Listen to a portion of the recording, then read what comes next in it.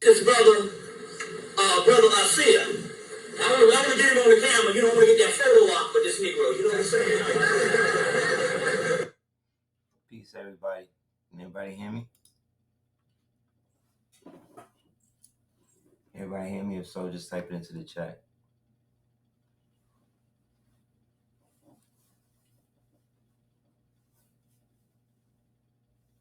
Anybody? Can anybody hear me? Excellent. Excellent. That's what's up. Hope everybody's been well, inshallah.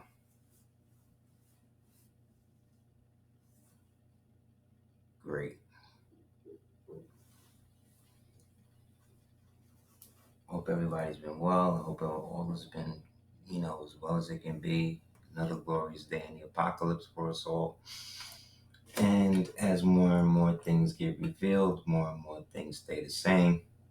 Yet, it's our purpose to have purpose and move forward as innocent as we can while being relentless when it comes to our own vigilance, So, anybody have any questions about anything before we start?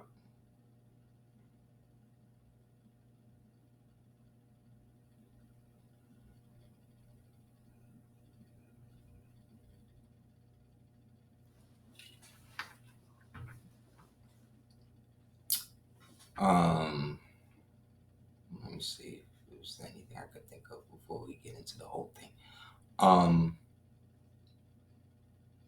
Well, there's so much, happening while actually nothing's happening at all. You see the psyop they did with the food stamps and the SNAP benefits and all of that. You see how they yanked it away from the people for like 2-3 days and then said, oh no, we're going to keep it going. Because they know this thing is hanging on by a thread. So they have to keep things at a certain kilt. So as much as they want things to go into total anarchy and apocalypse, you gotta understand, once that happens, they violate their right of occupancy, which means anybody could come in and try to take advantage of, and then we wind up with the same situation that we are left with now, which brought about the union of the United States, which again is a word of art, a SCOTUS moniker, Supreme Court moniker for the legal insurgency that has been usurping everything, specifically, I would say, officially since 1871, but then we could technically bring it back to 1781, which that to me says that one might just be the other, in which that, like 1492 and 1942 can mirror each other in terms of socio-geopolitical upheaval, right? We could see the same thing in terms of the correlation between 1871 and 1781. And what we have in both cases is tariffs and political assassinations, financial maneuverings through banking houses, and a lot of occult Freemasonry competition going on. Like at one, their Eiffel Tower, for instance, this Eiffel Tower is all over the world. They're all over the place, but they only make you focus on the one in Paris over there. And it got to the point where after the Victorian era measuring the time where you could really say that they had specifically engaged the subterfuge on a geopolitical level, where the insurgency was now basically in all the Western governments. You see what I'm saying? And thus, between 1871 and let's say 1913, you have the Victorian era in which they are basically victorious, and the whole thing is being splayed under the to the altar of Nike or Nike, who is the goddess of victory. And this is what they were on. This is why this was the heavy era. This is the era where they was really into eating mummies and eating black people. You can get the book The Delectable Negro and things like that. This is the era where all of that heavy terrorism, vampirism, lycanthropy, all of that type of stuff was really prevalent and essential in their ascendancy, in their creation of this so-called society that has evolved into what we're living in today. You know what I'm saying? So these is all the same people, basically. Yet, as we also said, they are in cahoots and have been in alliance with all of the other infernal bastard members of the insurgency that have effectively basically washed the whole planet in this fuckery. You know what I'm saying? So what we have to understand, I think, is that the battle, what they call world wars and all of that, that was all a battle really against us. That due to their taking over the insurgency, operating the democracy wing of the government, right? Using the republic's resources to perpetuate itself, then to create a sub government by which it would have the right to perpetuate itself, which is illegal. The government does not have the right to perpetuate itself outside of the mandate given to it by the people, which is the Constitution. So they say, oh, well, the Constitution was never written for everybody else anyway. It was written for these people. Yeah, that may be true. However, it was adopted by everyone. You understand? And at the behest of those nations that ascribed themselves to it, they had to agree to perpetuate it. You understand? In its original form, not the pseudo juristic form that they created. In its original form, which is a republican form then of government, which is a representative form of government, which really means you can have your government represented any way that you want. But the general government, the national government, always has to be republic, has to be for and by the republic, which is for the people. This is why you don't have to have a like if you're a Christian, you could have a Jew lawyer. You know what I'm saying? Like there's no law, they can't create a law to prohibit that. You understand? Because that would then infringe upon the constitutional aspects of what it is, in which that all men are created equal. You understand? All men, right? Mankind, that's something different. That is a creature of law. That is something that was created. You understand? Created to do certain functions outside of natural law, common law, the law of the people, that cannot be usurped by any territorial or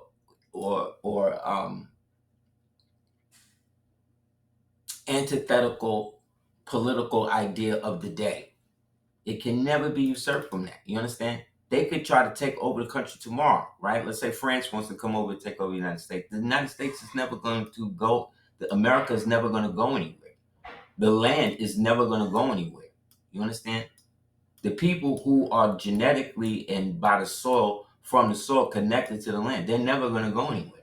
Even if you kill them, you understand? They're never going to go anywhere. They're always going to be there. There's always going to be a remnant of them there, right? Look at what they do. Look at what happened with the colony we had in Spain. Like they're so still torn up about that because that was the height of so-called Spanish civilization. Ever since then, Spanish civilization has fallen. You know what I'm saying? There's no real Spanish civilization anymore because what was Spanish was Moorish. All of that was Moorish. All of that old Mexican Spanish shit, all of that was Moorish. It became Spanish when the Mongols that they had elevated in status were now in a position to occupy a certain degree of station that they then could be given a certain degree of responsibility based upon the tests given to them by understanding how to interact with civilization via signs and symbols. Same way you show a baby, look, this is a block, this is a square, this is a triangle. This is what Freemasonry is to them. This is what it was to them for us. You understand? It was not, it's none of this stuff that this glorious shit they show you today. All that pomp and circumstance stuff was stuff that was already there. They did not create any of these things. These so-called Freemasons, Isaac Newton, the father of physics, this nigga was a Rosicrucian. He was into science fiction and shit. This nigga was part of the insurgency back then. But he had to be ascribed as the one to do it when we already know Maimonides and these Moors was already doing high calculus and all this type of stuff, high algebra and all this type of stuff. When the Dutch Arabs, the Pale Arabs, they didn't even count. They number system go from like 4 to 99. What is that? What's that? How do you do that? You understand? They keep talking to you about how Hebrew is this and Hebrew is that, right? But you understand, all of the Hebrew stuff is translated from Greek. You understand? It's translated from Greek or Crete. So, and then at the time of Yeshua and all of that, remember, these Hebrew people you speaking of are interchangeable with native Egyptians of that time, which is why he was able to go in Egypt to blend in when Herod, when the Herodian dynasty took over and they was trying to kill him, he had to go in and blend in. Where? Where he wouldn't be spotted. Where? Egypt. You know what I'm saying? Where all the mysteries at, where all the science is at and all that. And then get the knowledge, right? And then go and then do the miracles. That's why in years later, I forget, I was reading something with one of these guys, Athenius, or one of these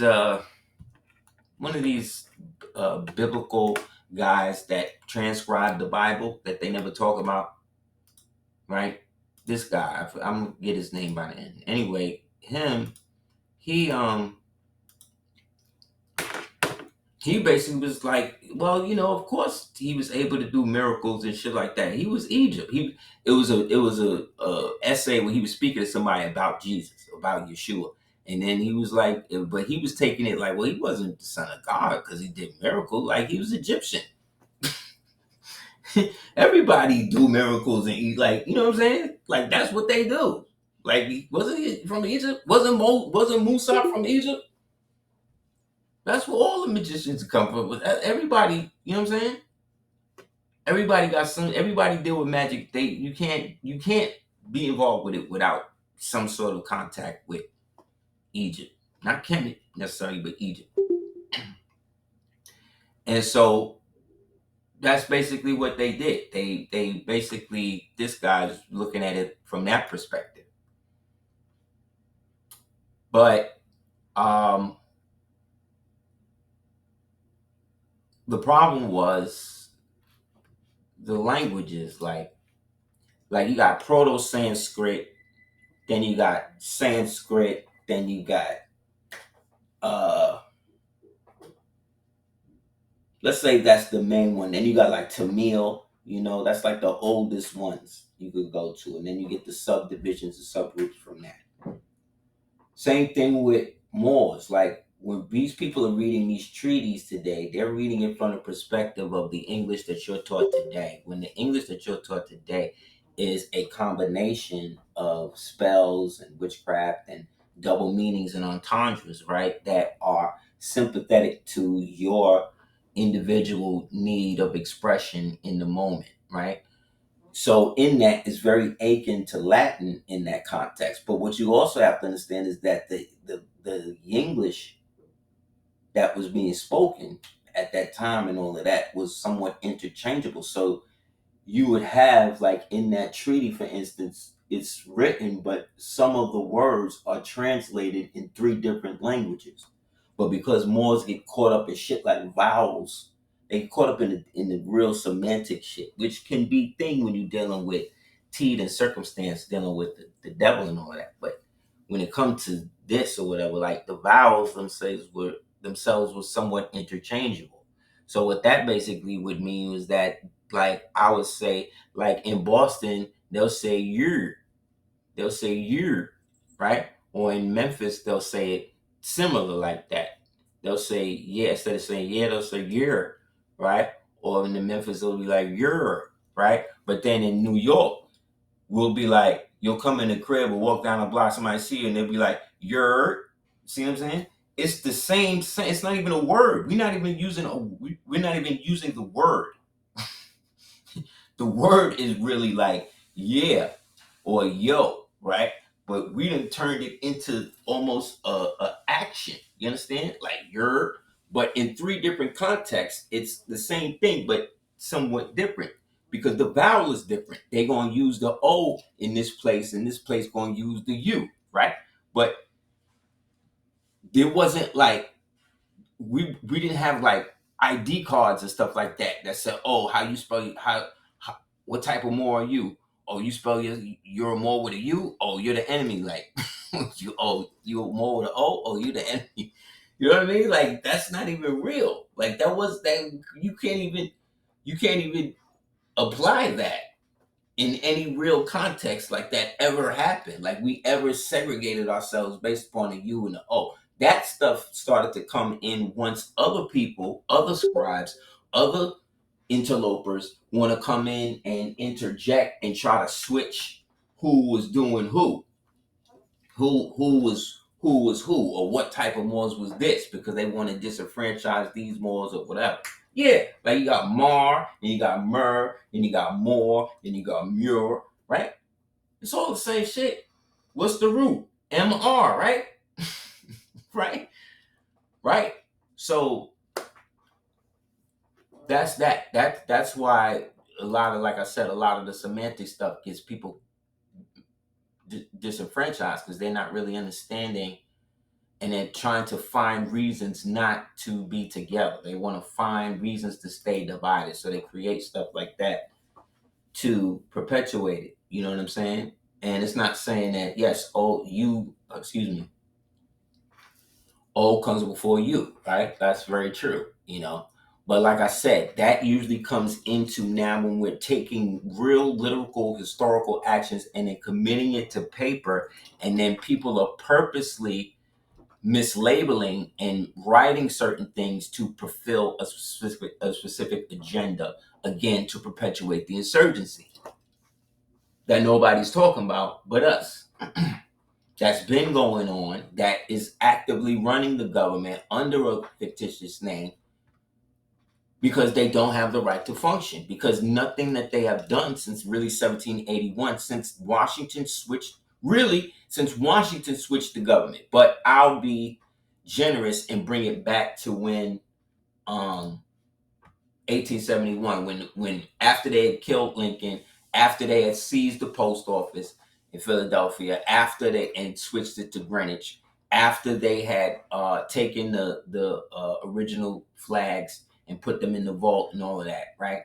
Now they're going into what the long-term plan is going to be, right? This is the plan that was laid out by Albert Pike in Morals and Dogma. Again, a Freemason brother to all of these people who who respond to that. Like that's still your brother, right? And he was, again, a rabid homosexual. Why? Because he was a paganist. Everybody said, oh, he was a homosexual. Yeah, but he was a homosexual because he was into the homosexual rituals that went along to the deification of the entity that he was subscribing himself to be able to channel this so-called wisdom, to give to the whole thing, to revamp so-called Freemasonry from his vantage point on, and according to his words, infuse it with the fictitious deity Lucifer, right? Who is not even a real entity, maybe up until that point. Remember, Lucifer is a name that is used to describe Venus. You understand what I'm saying? So, and it's also a code for loose fire, or Lewis cipher, or, you know what I'm saying. Now it can now coalesce as an entity that they can feed, and then basically draw on, and then basically believe themselves to embody. Now they've done that, but you don't really hear about a temple of Lucifer. You don't really hear about a church of Lucifer. What you hear of is a church of what? Satan. What you hear of is the temple of what? Set. That should tell you something. See what I'm saying? You're talking about three different entities. Because remember, I told you in the last tapes, these things are repetitive and they always roll in threes because it's a triumvirate malevolence. So that's what I'm saying with the language. Like it says in the Bible that once the languages was confounded, everybody was given by God and everybody bounced. But before everybody out bounced, everybody received an allotment or an appointment based upon the numbers of the sons of man. So that meant every nation that went out, and they had their own deity, right? Angel, right? Whatever, that was supposed to act as a so-called intermediary, or benevolent spirit on behalf of the great eternal spirit that don't got time to be down here worrying about what everybody else is doing. And these things instead, which were fallen angels, got so enamored with the sexual traits of our women, right? Of our women, because the women were made for us, for us men. They were made for us. So, in being made for us, again, I'm going by the story now, y'all. I'm going by the story. You know, the feminists will get crazy and be like, oh, well, we wasn't made for.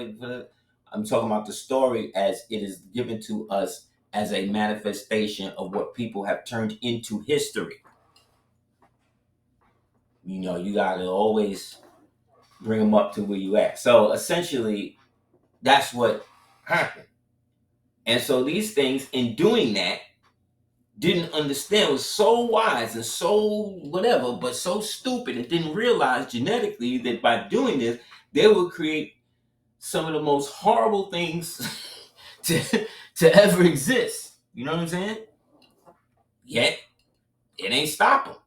You know. So they had. So according to the story, like there's a custom with the Sun Emperor, the Sun Emperor of Nihon, aka Japan, that whenever the new one is made, they have to go into the woods in this special place, and they got it's two cabins. And then one cabin is where they go for the preparation ritual, and then they go to the other cabin, and in the other cabin is only the Sun King, the priests, and they're supposed to. Then he's supposed to actually, and then there's this bed, because allegedly these beds is these have some sort of essence or some intimate they would use to do what they did. So the bed could be like some sort of technology or something, some sort of germ table or something that they would use to commingle the DNA. You know what I mean? To do so, because that's vague. But you can read more about that in Book of Enoch and stuff like that. Anyway, Once the language was confounded and these people, whatever, they start worshiping these things, and these things basically act as egregores over them and demand more and more, and soon want to go to war with the other entities, right, that are non-physical but are somewhat higher dimensional, right, or interdimensional, in which we can't physically interact with it, but that don't mean they can't interact with each other. Because remember, everything in this system is closed. It's a tiered system, the whole thing. So everything is stacked on top of each other, and that which is not stacked on each other is almost conjoined adjacently to one another. You know what I'm saying? So it's an endless. So I view it as an endless expanse that cannot really be fathomed in any one dimension. In order for you to fully understand where you exist in it, you got to not be physical. Like, you can't be physical, and if you're not physical, it would then depend on what frequency you exist on to be able to see it from what it truly is, unless you choose or go right back to the source and not get caught up in the reincarnation loop shit they got here. So once that was confounded, all the languages came, and now these languages became the thing that they used to dictate how their societies would move. And thus, tribes and nations and these things were now created out of one that was disjointed, out of one that had come together, because they was all under one king. Allegedly, the one they called Gilgamesh, who was allegedly however many parts man, whatever point God, allegedly 15 feet high, had a 35-foot bed. This, you see what I'm saying? This type of person was, and was deplorable, but went through so many phases of his ascendancy and fall and all of that, that the story of his ultimate tragedy is that he wanted to, because he was God, he wanted to be able to live forever as God, but only the true and living is forever. And remember, he's somewhat cursed. So when all these people dispersed, right, these people call him Dionysus. These people call him uh, Osiris. These people call him Mithra. These people call him, you see what I'm saying? Zoroaster. These people call him Zarathustra. These people call him um, Kanak, right? So everybody got a different name for him in their language, but it's the same nigga. But they don't remember specifically what the nigga looked like, so they gonna make depictions of him that are similar, and it's all around the planet. But it's one nigga that they basing all this on. You know what I'm saying? But now that it is not physical, it is now a part of these non-physical things that exist through us, around us. You see what I'm saying? Above us, below us, through us, and all of that. That have no coalescence without us giving them some sort of form, and thus they will become these new entities, these new gods under these new names that everybody is now doing them in this new age. You see what I'm saying? So L, right, which is L is really the name of the source, right? But they're gonna flip that, and then it went from El to Elion, and then from Elion, right, they switched to Yahweh and Asherah, then they cut out Asherah, then went to Yahweh, then after Yahweh went to Baal, then from Baal went to, you see what I'm saying? From Baal, then they go to Molech, then from Molech they go to Semiramis, right, which is basically Nimrod's mother. So this is all going back to that, because Nimrod was seen as the great bull. See what I'm saying? But then they had a son. She got a son who was Tammuz, right, which is the reincarnation. You see, because they body swapping. They trying to move the consciousness of one mind control field to another in a new age. So the proof of this is an article that was written by some dude named some chick named Aileen Vincent Barwood. Arabic, look. Is it possible that the first word stepping ashore in the New World spoken by Christopher Columbus on that fateful day was the greeting Assalamu alaikum? Like, what? Arabic had been the scientific language of most of humanity from the 8th to the 12th century. So what this says is that all of humanity, meaning all of civilization, was speaking Arabic as the first language. But this is not because the dust Arabs that dusted up with Muhammad of Mecca, right?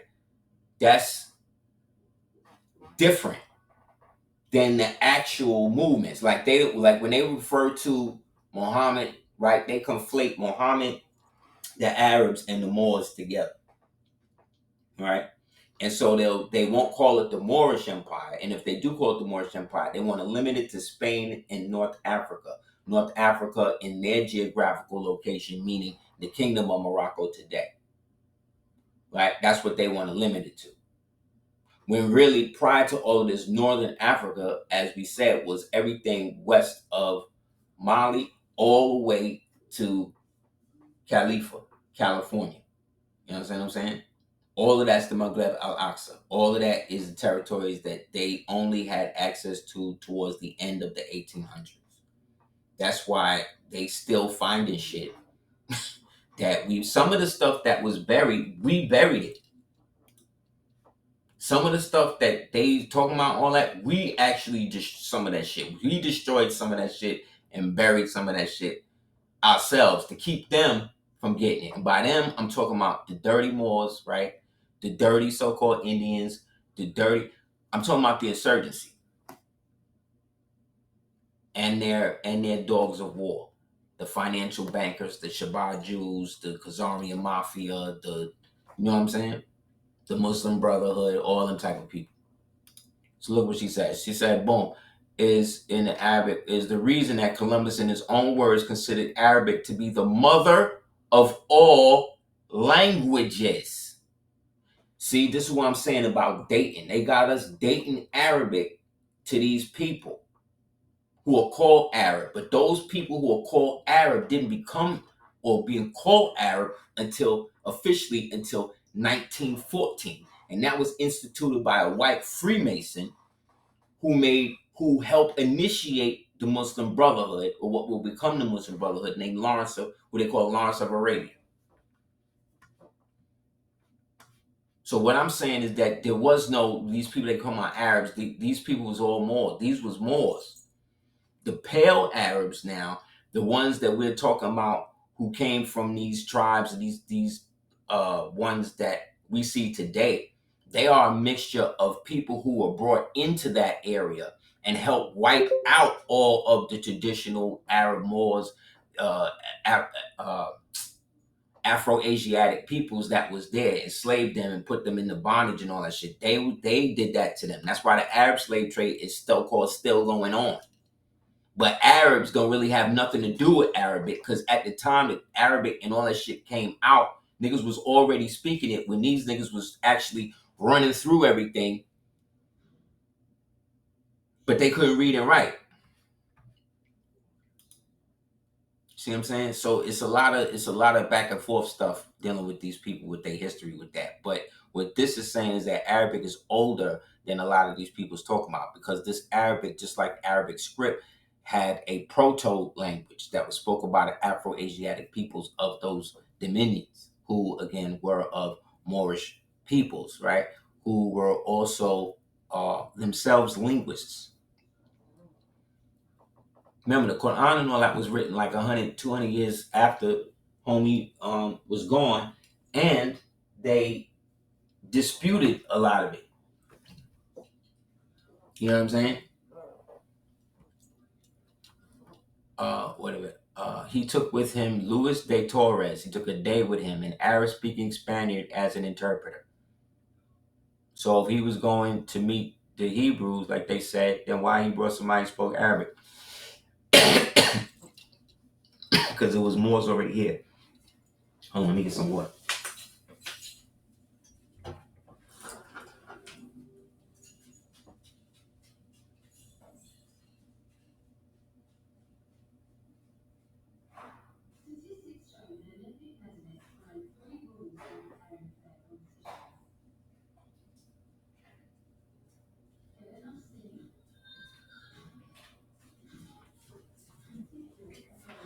You know what I'm saying?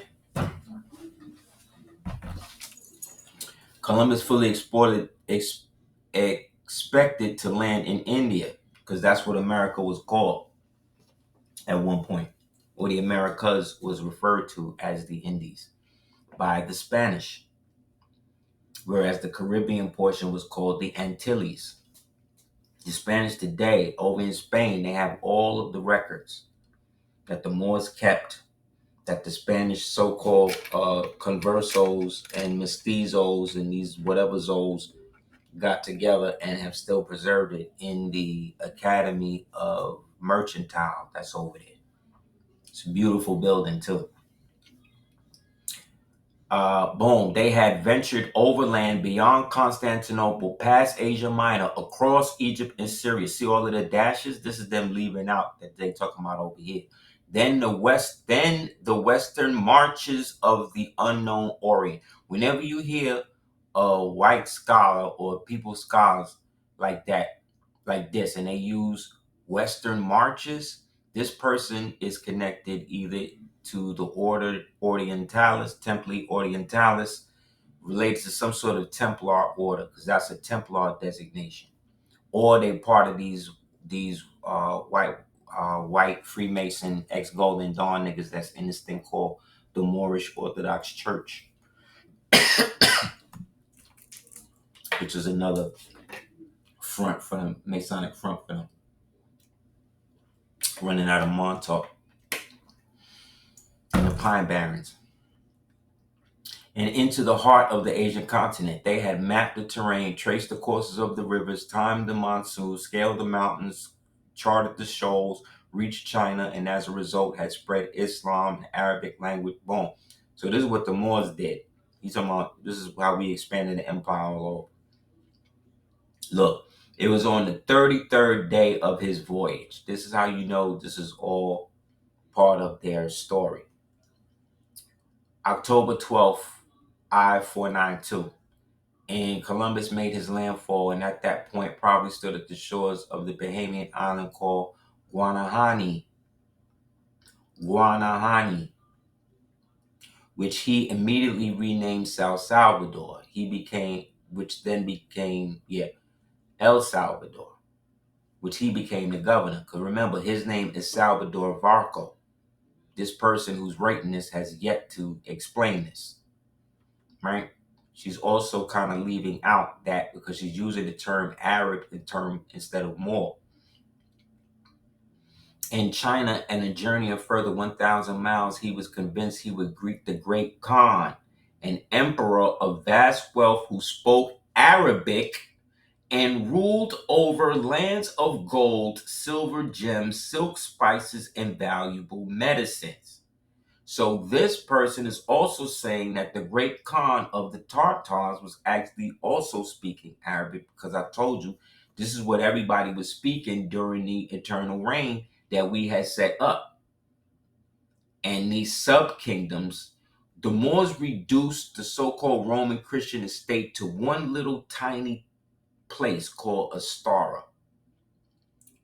Astara eventually becomes Austria.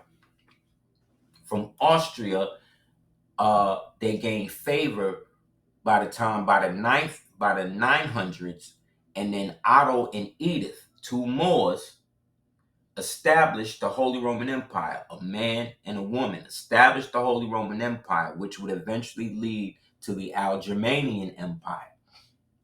The Holy Roman Empire as a continuation of their ancient estates that had been stripped from them due to them being a part of the old system that killed Yeshua. Everybody died after that event. Europe was plunged into darkness. Remember, all of this, the only place that was thriving was the places we was at during these periods. I'm telling you, Rome was in shambles. And what we're calling Rome, again, which again is another black Moorish dynasty, right? Remember, these people added 1,000 years to subtracted 1,000 from us, added 1,000 to them. So a lot of these people and a lot of these things that happened were actively renamed under trade names. A trade name is a name that you do business under to hold the hold account of whatever you're trading. So a trade name for the old technology, right, that was left over by the ancient Moors and stuff like that, right? A trade name for that today would be Tesla. See what I'm saying? That's a version of it. Tesla would be that. Another word of art, creature of law, sub a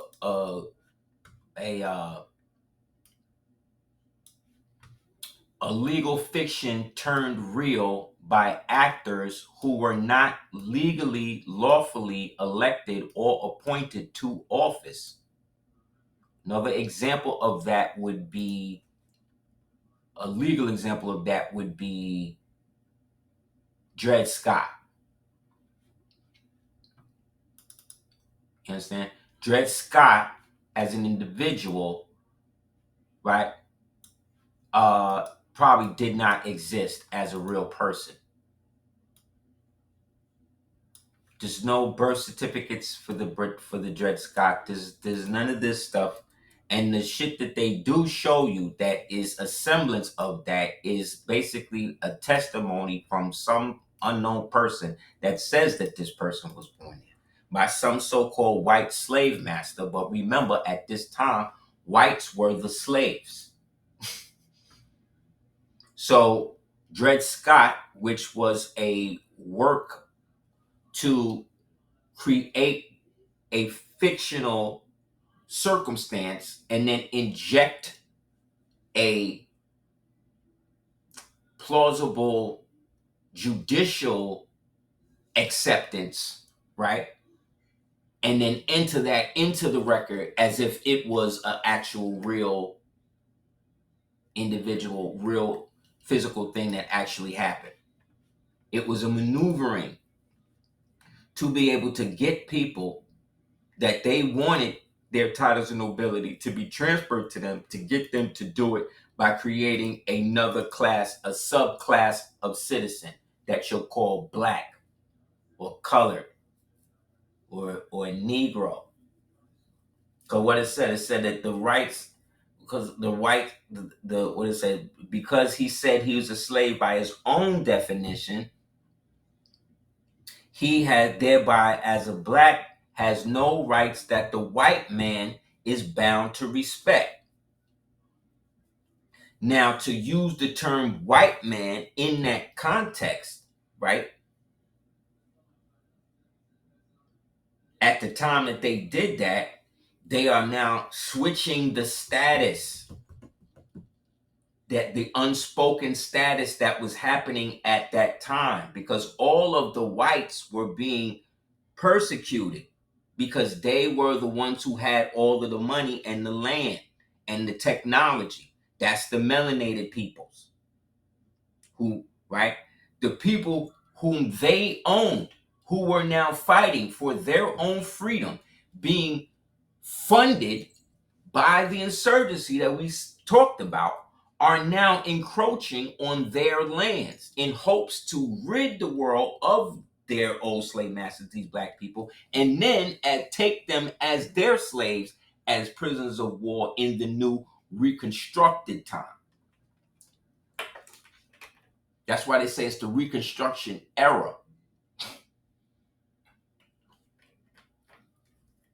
They was constantly fine-tuning shit. Constantly, when something else would get found out, they gotta flip that, kill that person, move that town, flood that town, damn that town. You understand what I'm saying? Like, this is what they're doing colorably. Meanwhile, in the judicial section, we don't have any real judges. All of these judges, referees, magistrates are all barristers who are now barristers from England that's now benefiting from this debauchery. On your left on the screen, that's Ziryab, the founder of music. This is who they based Lucifer on. He actually made basically most of the instruments that we use today. He also was a Moorish sultan. who was of the highest literary and scholarly caliber.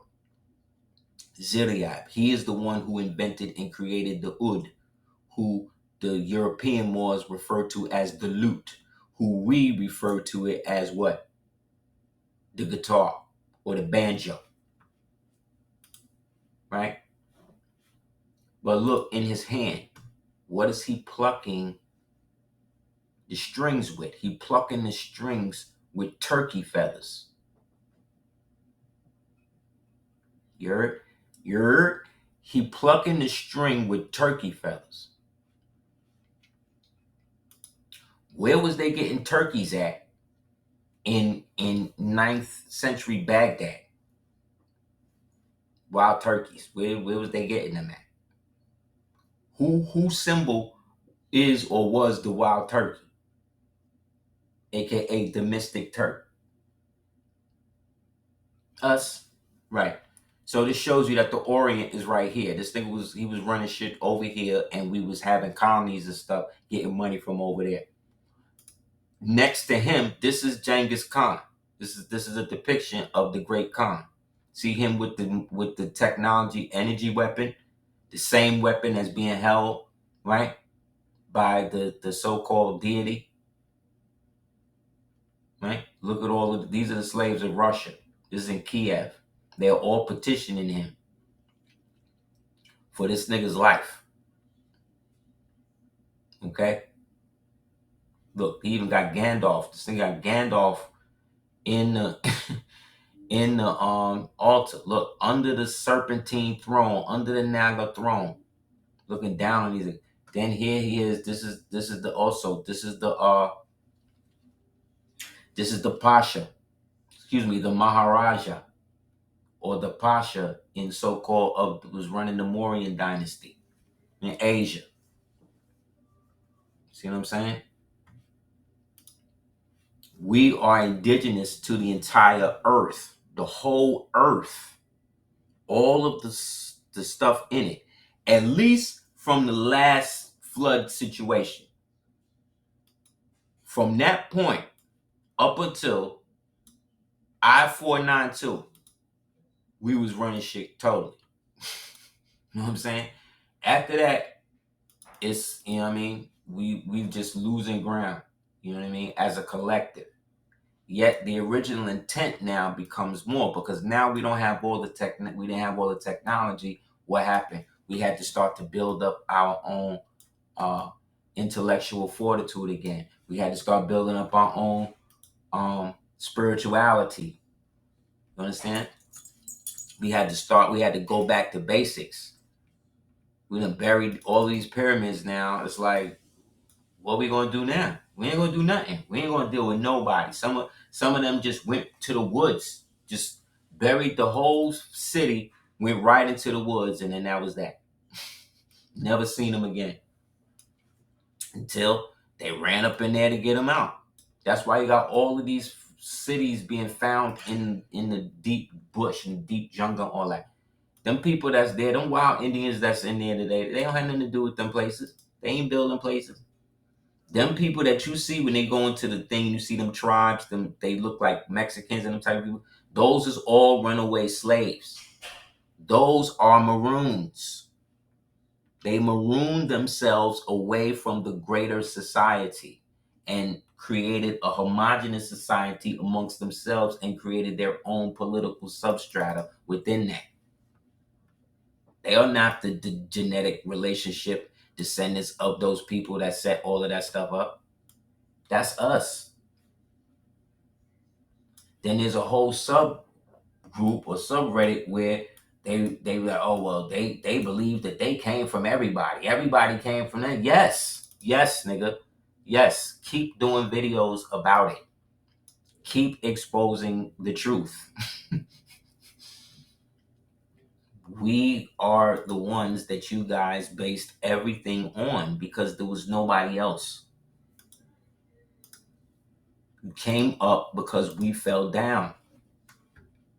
That's why we're in the Jim Crow, post Jim Crow, pre Jim Crow, all that. We were doing incredible. Everything got messed up with integration. Everything. If we'd have stayed segregated, we'd have had more respect in the world, because all of these industries we created would have been created by us for us. So if we was exploiting one another, it would have been us doing it to one another in our own communities, rich as fuck. No, these niggas wanted to integrate. Why? Because the white and the black checkerboard have to work together, guys. We got to keep you guys playing the game. We got to keep this racism shit going. Because the boule all day work for Ofe. That's what they do.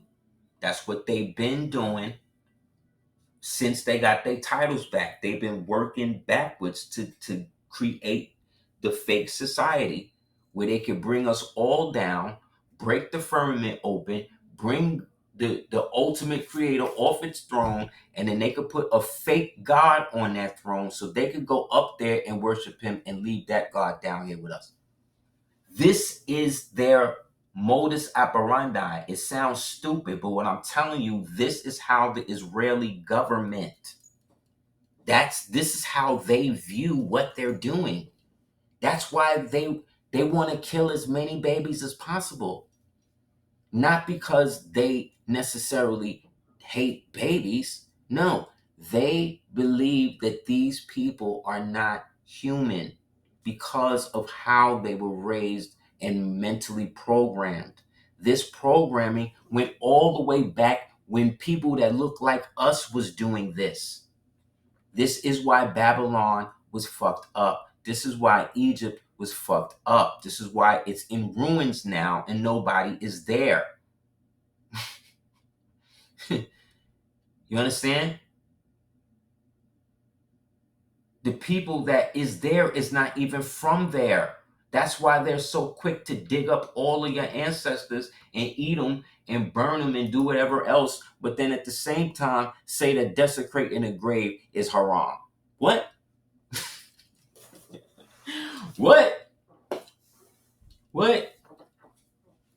You can go to Dubai, and if you steal a car, whatever, they'll cut your hand off, lock you up for life, right? You can't raise your voice and be crazy or whatever in the street, but you can get you can be paid money to get flown out there, and these same morally astounded people will be there, watch you persist and inflict physical pain on you, make you have sex with animals, make you have sex with children, do all types, defecate on you, do all types of things on you, and then put you on a plane and you go back home and don't press no charge, no nothing. If you lucky. They just found some chick the other day beat almost to death with a head shave on the side of the road out there.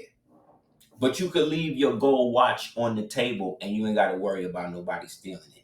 Do you understand what I'm saying? It's evil. The UAE is the same as Israel. You can't say one is one and without the other. They both doing the same thing because they all the same people. Netanyahu is related probably to the niggas that's running that UAE and all of that. When these niggas is going over there, they're going over there for humiliation rituals because they know that's the only way into their society because of this. Look, Atlas. In Greek mythology, Atlas was a titan condemned to hold up the celestial heavens for eternity after the Titomachy, right? The Titanmachy or the Titanicry is when the ultimate titans was running everything, right? We was here for that. Atlas also plays a role in the myths of the two greatest Greek heroes, Heracles and Perseus. According to the ancient Greek poet Hesiod, Atlas stood at the ends of the earth where? In the extreme west. Later, he became commonly identified with the Atlas Mountains in where? Northwest Africa, and was said to be the king of Mauritania. So even we Moors, you understand, have this titanomancy, this titan, this ancient thing in us. Aren't we the ancient Mauritanians? Wasn't King Juba the first actual, the king after him? And he was the son of Mark Antony and Cleopatra. So I'm showing you the conglomeration of the Minoan culture, the Aegean cultures merging with the Egyptian culture, merging with the Persian culture, merging with the Roman culture, and then finally merging with the Persian culture. That's what we are dealing with now. And all of those gods commingling.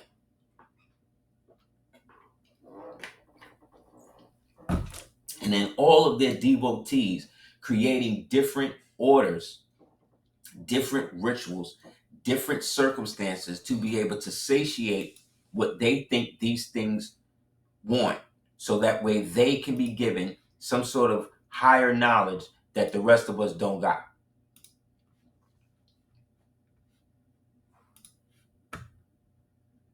Again, this is what you're dealing with. This is what these motherfuckers believe, man. They believe it. You understand? They believe it. It's crazy and whatever as it is. They believe this stuff to the point of they will literally kill people, sacrifice people for it, to continue it. Okay? So you can't argue that away. You can't debate that out of people. You can't show somebody who is committed to this aspect of reality that that is such. No. You can only deal with what you're given. And you have more in your life to do than to sit here and strive to constantly get people to come along to the thinking that you have, because they never will, because they never did. This is why you were different from the first place. This is why you are not with any of those people now. Understand? Look, this is from the earth. This is from the flood in New Amsterdam. These are images of it. It's flood from New Amsterdam in 18, right before the Civil War. These are illustrations from the time, they said, right before the Civil War.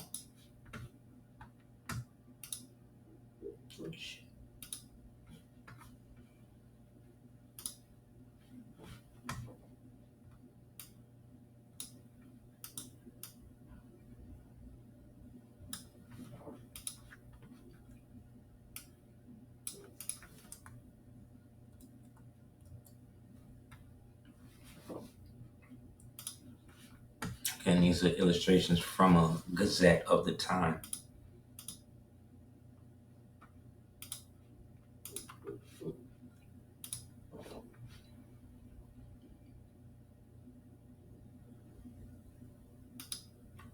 See, this is what I'm saying. They don't give people the history of shit that happened to them at least 5 years ago, more or less 20, more or less 30, more or less 100. You understand? So they are always able to redirect and usher in new fictitious histories based upon their ability to manipulate the narrative. So what we're also saying is that, remember, when the quorum left, the original Congress walked out, whatever, the United States of America and General Congress assembled, left with them. They are the republic, the people. They are the people who rebelled against the tyranny that was being inflicted by Lincoln. At that point, Lincoln ceased to be president. You hear what I'm telling you? He ceased to be president. So from the moment that they walked out, the vacancy was established. That's why, if you noticed, whenever the president is elected, he's not elected, or he doesn't necessarily in their system take office until like the next year, right? So there's a vacancy in between there where the republic is always the people who represent the republic is supposed to come in and stand, right? However, they removed the venue from that by federalizing it. So that way, anybody that comes in there trying to talk about anything in that regard, they get automatically shut down before they even go. But that's why the Federal Court of Claims was established, and that's also why the jurisdiction of the the original jurisdiction stands. The states do not have the right under this what I'm talking about. They don't have the right to do anything that they have done since 1870 I 871. Why?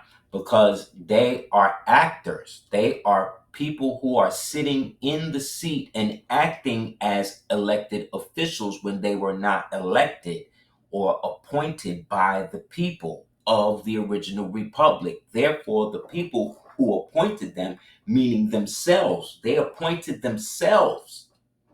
You understand? In doing so, when he established the War Powers Act, that was the new government now taking control of the Union that was at war, that was trying to invade, that had now taken over or was trying to take over Lincoln's party. You understand?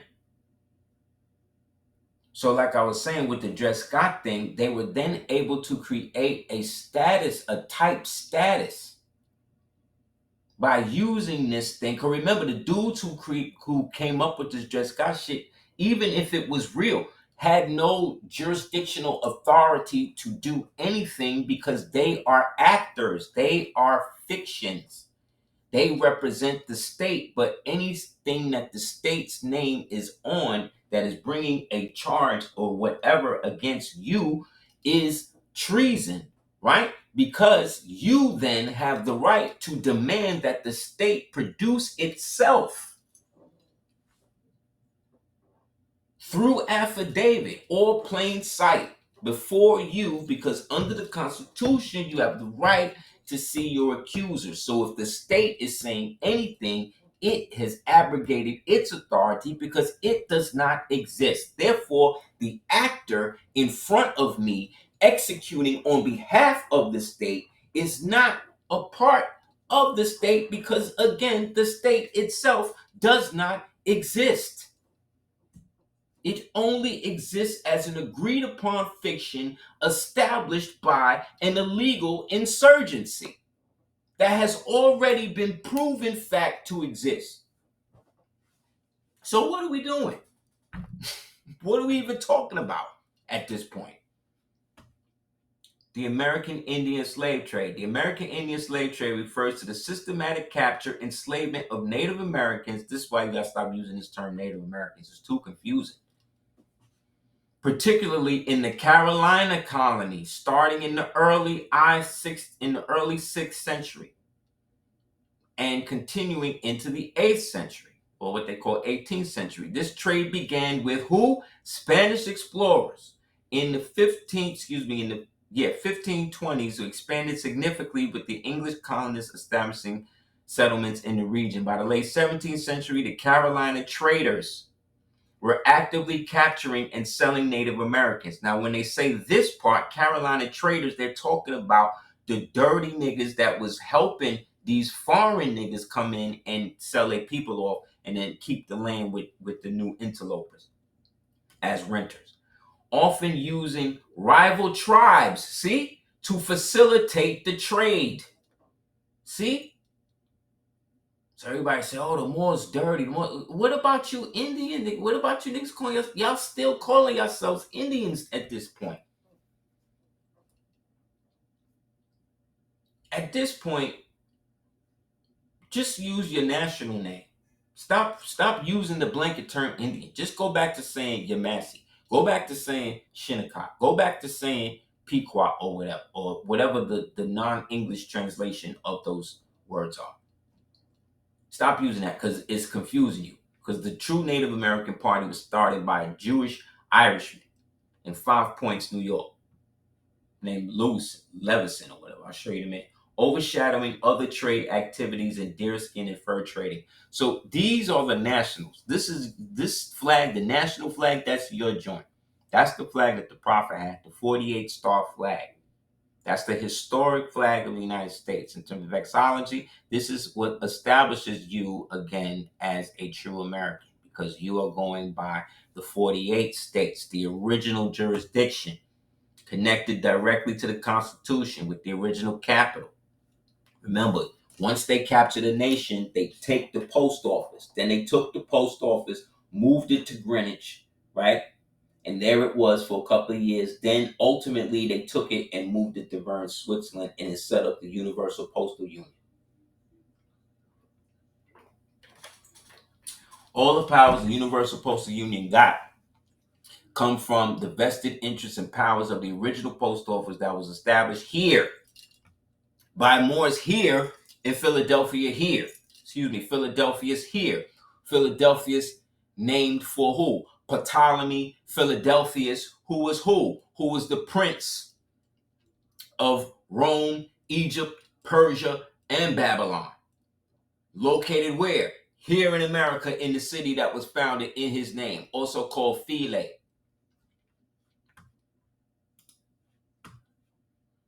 We are the descendants of those types of people. That's the problem. That's why they renamed these people. That's why they made these people look white. That's why they got everybody else trying to disbait us or whatever, because they move foreigners into a place at a certain time. And then once all the foreigners is in there, they be like, okay, great. Now they in here. Now we can flip the history books. Now they start making history books, putting themselves in the history books, making shit look lighter. This is what they do. This is how they get power. They fought, most of the wars they fought was on paper. We fought the wars. We were the ones on the front lines. We were the ones going through everything. Look at all of these Moors in this concentration camp. They got these Moors in. This is in the Devil's Punch Bowl. This is after they interned us and started making us prisoners of war. And then they created roots later in history and make you think all these peoples is Christian. These is Moors. These are all Moors interned at the Devil's Punch Bowl. Then they put them all in the punch bowl. Then it put them all in the ravine, which is what the punch bowl was, and then slaughtered, shot everybody. Then gave lotteries on the Cherokee land that they was on, and then gave that to the white people. Then the white people go into the house, take all the pictures down, put on the garbs, then they take pictures and shit, and then start the history from that point on. We Cherokee. This is how they all did it. This is how the Siberians did it. This is how the white people did it. The white Circassian people, WIGHT people did it. This is how the Siberian people did it. This is how the African people did it. This is how the Portuguese people do it. This is how they all do it. All y'all niggas is gonna go down in the end. All of y'all. All of y'all. Because everybody has participated in the birthright heist. Everybody. Everybody been making money off it. Everybody been raping the women from it. Everybody been altering the children's destiny from it. Everybody making money. So everybody gotta get it. Everybody gotta go in the wood chipper. They ain't going. The only people that's not on it is the ones that's speaking against it. Guess who that is? That's us. Everybody else is down with it. You gotta be. I showed you. In order for you to be an Indian, then they established the whole thing with that, with the Indians things with that. We had to become a red man and become part of the Redmond Whig Party. That's where the Whigs came from.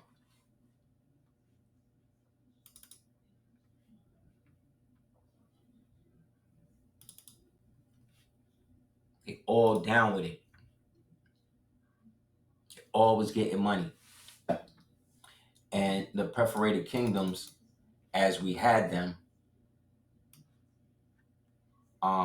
were the wonders of the world. So much so, like I said, everybody was trying to come up. Everybody was trying to get a piece of it. And so now that they had finally created the circumstance for them to have an opening when Lincoln was now, basically an illegal president. They could basically do what they needed to do. And so he was fighting them while at the same time fighting the South. But he said that the bankers was worse than the Confederates because the bankers was actually working with Rome. See? Because the goal was to reestablish Rome. And it was reestablished through Washington, D.C., because that's what it was. That's where Rome was. They told you in the history books that Rome was built from a swamp, right? Didn't they tell you that? Rome initially was built on a swamp. That's what Rome in Washington, D.C. was when Francis Pope first got it. And then deeded it to the thing with the 7 hills, yes. On the banks of the Tiber, on the Tiber or whatever. Yeah, over here.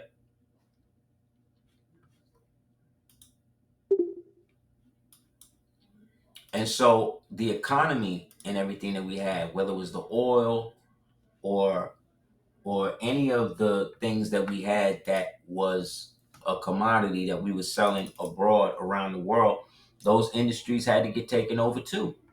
The ones that wouldn't go along with it was murked, was killed, was put into internment camps, put in asylums. Just like now, and then what started happening you remember this happens in your family. How many times you had somebody in your family that nobody in the family wanted to really be around, want you to talk to, but this nigga ain't never do nothing to you, he never do nothing to your peoples or anything that you can remember. But whenever somebody you ever came around this person, or if he was around you, you talking, what do they say? Oh, don't be talking to him. Don't talk to Uncle this because he crazy. How many times that happened to you in your life? And then you go your whole life never talking to this person. And then you die. And then years later, he died or she died. And then years later, things this nigga say you remember hearing errantly just start coming out. And you like, well, damn. I see why. Yeah. Because he had the history. He had the family history. He was trying to create it, trying to redo it. And they ostracized him. Because the boulets and the demons or whoever was put in your family to stop the family from moving forward, these niggas is always active. They always waiting, always watching for you to do whatever.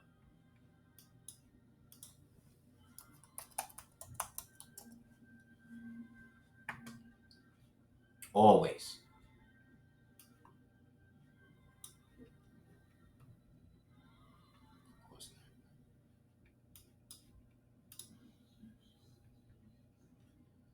Peep this. They never gonna tell us the truth about what's going on. Oh, you come from them. We always come from them. We always come from somebody else. Somebody else always made y'all. Y'all only people that come from somebody else, but we don't know who that somebody else is. Like, why us? Why only us? Why you don't do this to the Indians and the Dravidians and everybody else that y'all enslaving? Right now, Libya is a slave state. Dubai is a slave state. You can go there and buy melanated men and women right now. Right now. They are enslaving people. Melanated people. Right? You got light, pale Arabs doing it to dark Arabs, to dark so-called Africans, and vice versa. These African governments is letting it happen to their citizens. If they was real countries and they had real armies and y'all was really on it like that, the minute you would have heard, if I'd have been the president of Rwanda, one of these places, the minute I'd have heard one of my citizens was in Dubai getting caned and beat and had been forced to have sex with an animal, we'd have invaded Dubai. If I was the president of Rwanda, and them niggas is giants, like in Rwanda, go look at Kagame, the president of and him and his wife. Rwanda full of giants, okay? Straight giants there. What's up? Why y'all only trying to invade DR? Why y'all always trying to fight some Africans? What's up with all of these African niggas got all these armies, all this money, all of this arms and shit, and all y'all seem to do is shoot each other up, try to enslave each other. Meanwhile, these Arabs is enslaving y'all 10 at a time. Every day, all day in their country, seizing your passports, all of this shit. But my thing is, why are people still going there? Look, this was the belief of the wise Thomas Jefferson that America was the first seat of the human race, and that the Western Hemisphere was peopled from the Western was people from the Westerns, meaning people from here, from the West, which would make sense. The ancient Mauritania is like a congressional record. America, from November 1787, page 492. From this letter following the extract is taken, clearly stating that Mr. Jefferson's belief that the first inhabitants of Asia, who much resembled the American Aborigines, went from America to Asia instead of coming from Asia to America. This the shit Thomas Jefferson and these niggas is talking about. They talking about the same shit we talking about today. Where these Moors came from. You understand? He asking the same questions we asking right now. Where these Moors came from. But what they do know, this is the place. And it must be, because regards to how much y'all tell me about all the minerals, all the minerals in Africa, and all of the riches and resources and all. Oh yeah, get this book, The Englishman, the Moor, and the Holy City. Okay? Get this. Just lay it out for you too. Show you how these niggas been lying. Anyway, all of the resources, all the stuff these people be telling me about, they're willing to give all of that up to come and live here with us and get the benefits that we trying to not get from the government. They come here to get them. Remember now, they got their own countries. You hear what I'm telling you? They got their own countries, which mean what? They got their own governments. They got their own governments. Right? Got their own government. And what? They would rather come here and receive benefits. You hear what I'm telling you? They'd rather come here and get benefits from the government, from you. That's supposed to be going to you.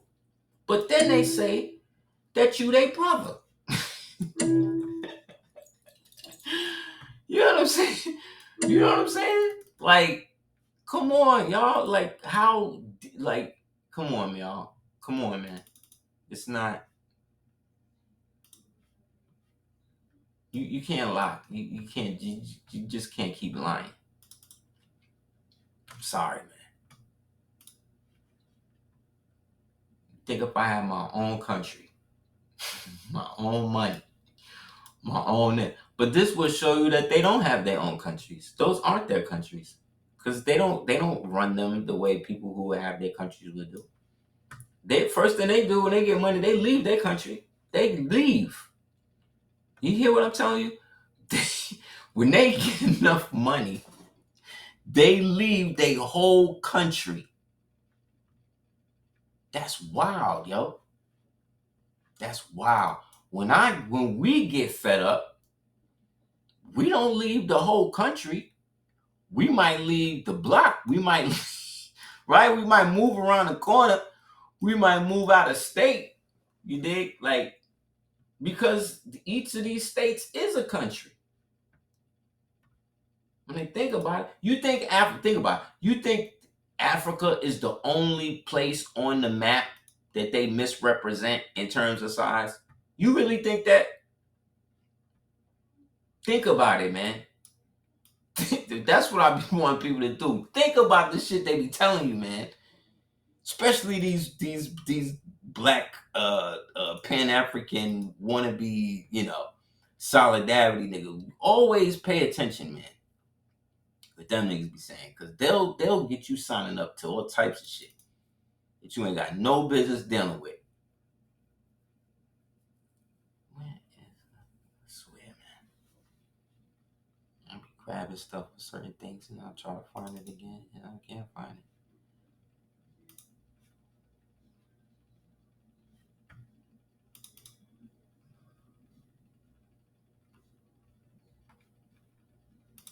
So that's all I'm saying, man.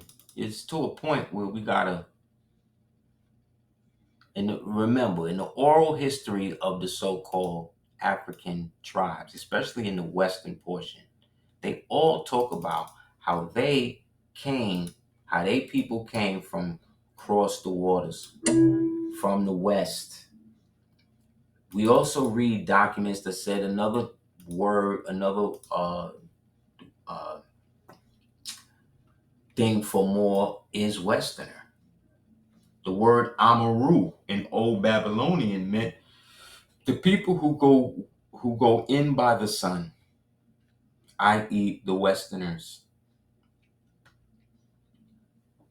But you also got to remember that everything is flipped, and that 1,000 years that was added is constantly being taken in and taken out. Like I told you, with names like Tesla and shit like that. Like that's how a lot of these things happen. They just use a name to act as a placeholder for an entire situation that they weren't able to really tie up. That's why Jesus' mother can be married, right? But then his wife was married too. That's why he could have John. That's why some people talk, everybody talk about Jesus, but nobody talk about James, who's Jesus' brother, right? But then remember, we didn't have a J in any type of language on Earth until when? Until the 600s, the I-600s, right? Which is right around the time that these niggas created the artificial timeline. See? Right? And then got us caught up in it by accepting Christianity. Because if you accept Eanity, that means you accept what Eanity means, which it means you lack substance. But if you put Christ in front of that, you have Christ. So you have the divine nature of man that lacks substance, which makes it a Roman mystery religion, which makes it Babylonian, which makes it Egyptian.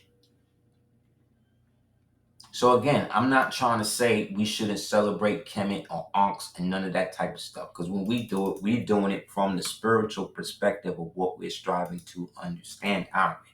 But what we got to stop doing is looking at these things as entities in the historical sense that were necessarily created. What we're talking about is actual beings that may or may not have existed, but were given a different experience, a different life after their disembodiment, and from that disembodiment have helped or have worked to initiate a group or groups of our people into worshiping them. You know what I'm saying? Like, remember y'all heard of the term hoochie mama, right? You know that term? You said, oh, he's a hoochie mama. White people used to say it a lot, especially in Seinfeld, remember? Well, the hoochie mama the hoochie mamas were the queens that lived along the Tallahatchie River, the Tallahatchie. They are also related to the people you refer to as the Gullah Geechee, who they tell you come from Sierra Leone, Africa, when really they were shipped there through the so-called American um,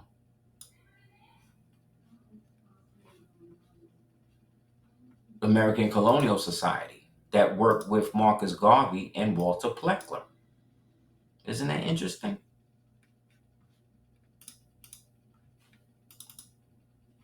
So yeah, man, this is what they doing, y'all. They flipping all of this shit and then making it seem like like we had nothing to do with it. When it's really the opposite. We had so much to do with it, we done forgot. We just forgot most of it. You know what I'm saying? Like we done forgot. And there's nothing wrong with forgetting.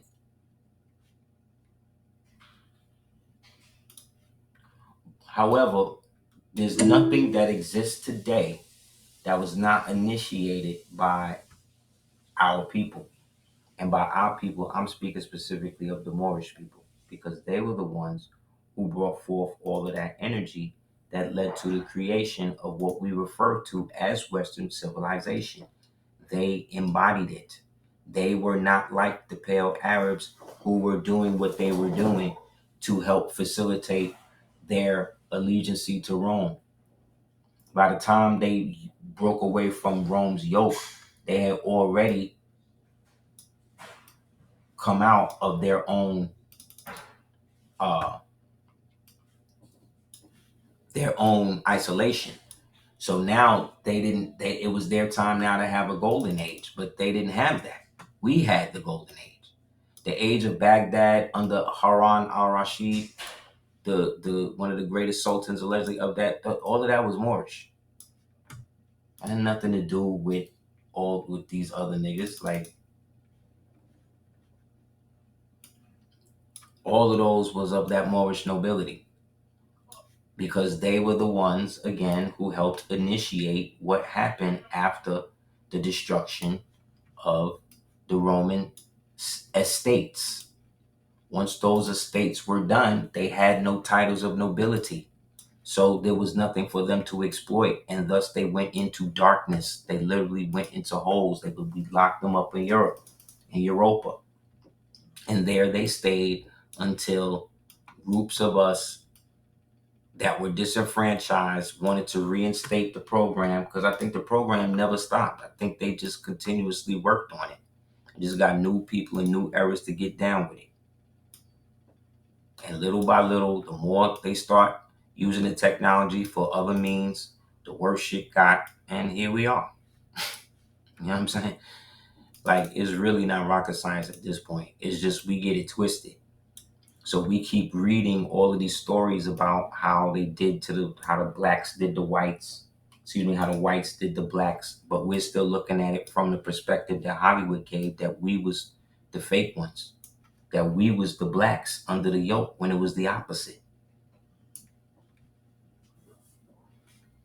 So when we reading about these black codes and all this other type of shit, we reading about laws that we established to stop them, that they then were able to adopt and use based upon ignorance, again, in the use of racism, skin color definition, eyeballing it instead of what it was initially established for, a state to bring people analogously into a state to control them.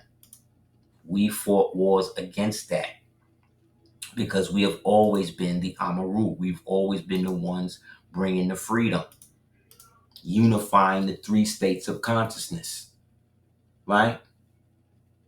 To fulfill the will that Allah had given us to subdue the earth, to create dominion and be fruitful and multiply. That's what we did. None of these people would exist without them trying. Then it got to a point where we was just too great and we just did too much. And then those of us who descended into hell got with the lowest state of women, started to create other people, literally, you know what I'm saying? And thus the Tamahu gained consciousness and was doing his thing. And thus other people, once one being or people could be created, another people could be created. Understand?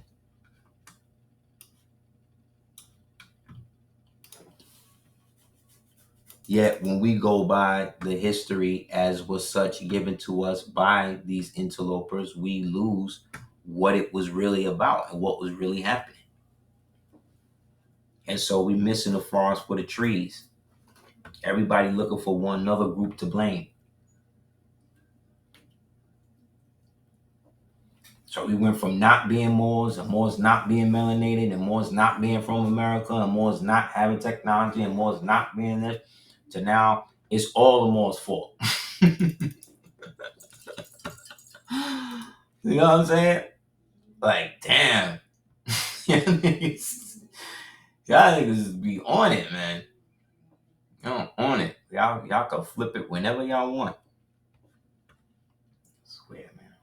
Line it all up and still can't find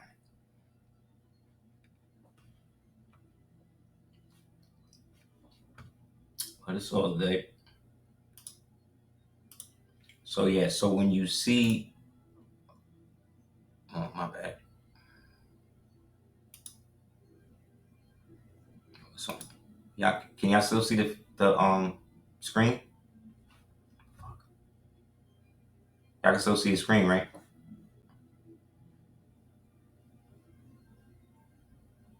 No. Okay, hold up. What the hell happened? Something happened. God damn it.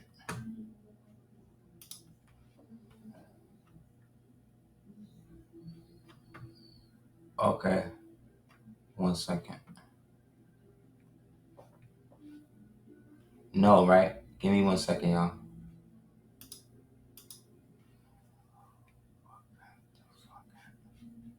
Oh, camera. Okay. Y'all see now?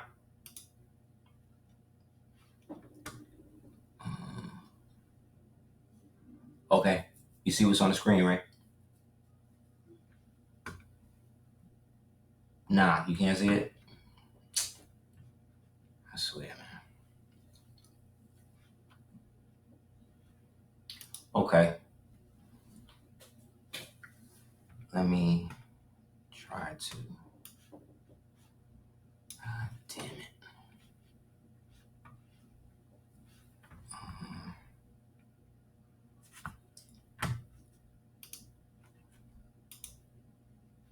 Okay. Good?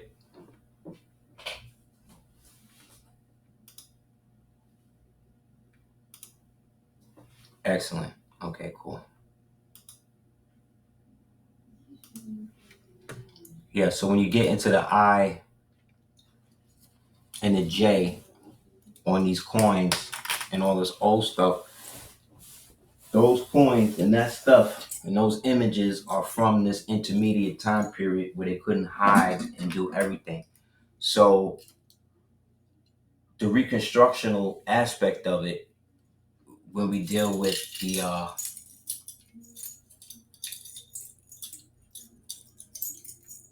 where it says the Anno Domini conspiracy theory, while I and J for one on calendars has a clear historical explanation, the popular online conspiracy theory suggests that the J stands for Jesus. This is unsubstantiated by the linguist and historian. The appearance of I and J instead of one on old calendars and monuments is not a mistake or conspiracy, but rather a reflection of the historical evolution of the Latin alphabet and the writing conventions used by the scribes and artisans, right? But look at the scribes and artisans that's doing it. Look at the images of them.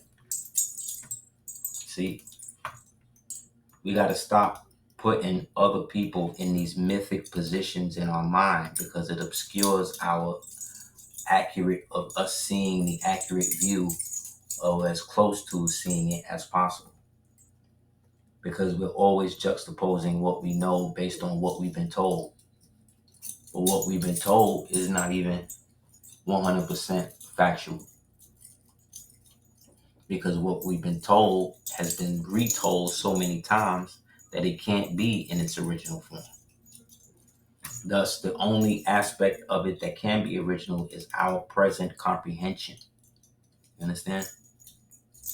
That's where the truth lies.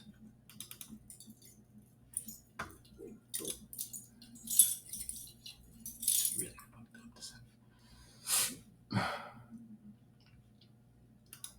1 second.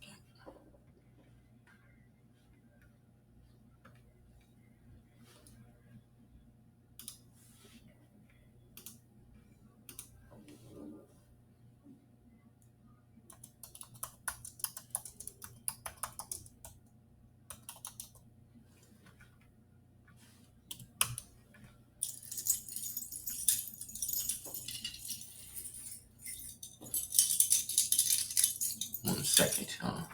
Okay.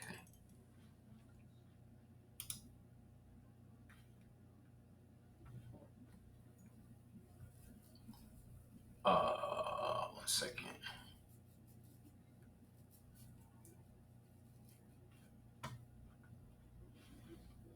Mm. Anybody have any questions while I pull this up?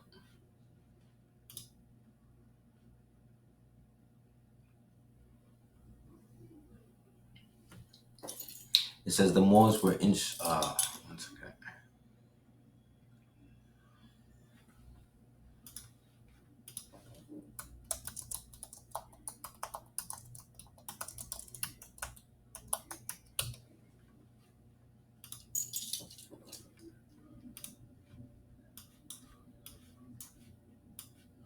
Okay.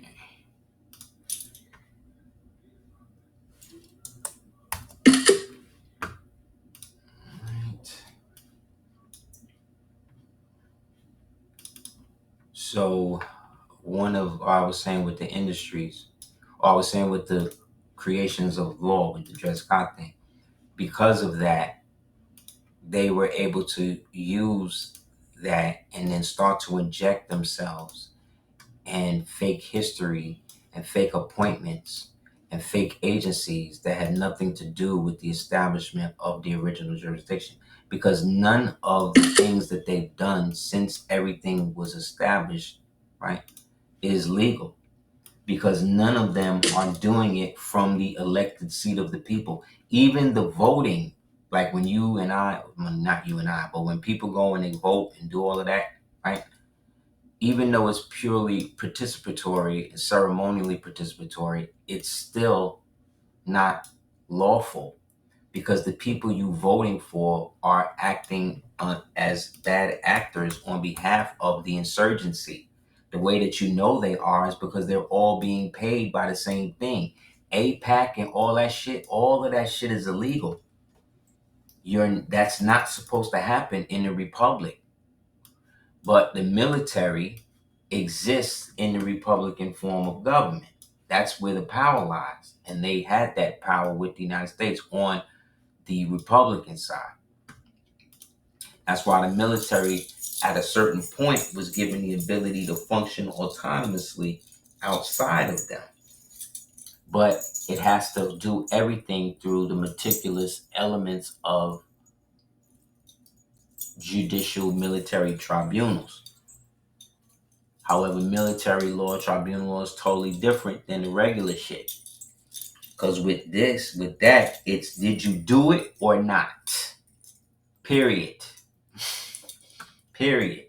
The only people who can call out the United States for doing what they're doing is the Moors, is the so-called American people, because they're the only ones that can make the claim. That's why they wanted to cloud the title of the Moors' name so that way they would not know how to do so, and created fictitious governments and fictitious agencies that have nothing to do with the government but are all just different bureaus within the insurgency government. This is everything. I'm telling you that. So this also has made it where when this dude Trump wrote that he was getting rid of going to war with all the cartels, he's talking about the insurgencies. He's talking about the cartels inside of the government. Also, the Supreme Court, who really don't have the power unless they refer themselves and recuse themselves into their Republican form. They would have to recuse themselves altogether. And if they did that, the jig would be up totally.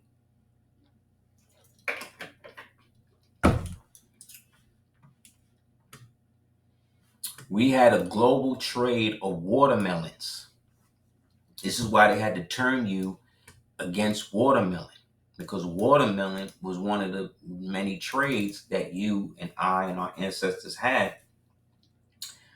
And we created various types of watermelon that could be made and all of that. And therefore, other hybrids of watermelons came. Like there's a purple watermelon in Japan. If you didn't know, it's called moon fruit. basically. It looked like a purple icy when you open it, but it's a purple watermelon. You know what I'm saying? Showing you how far we was bringing it.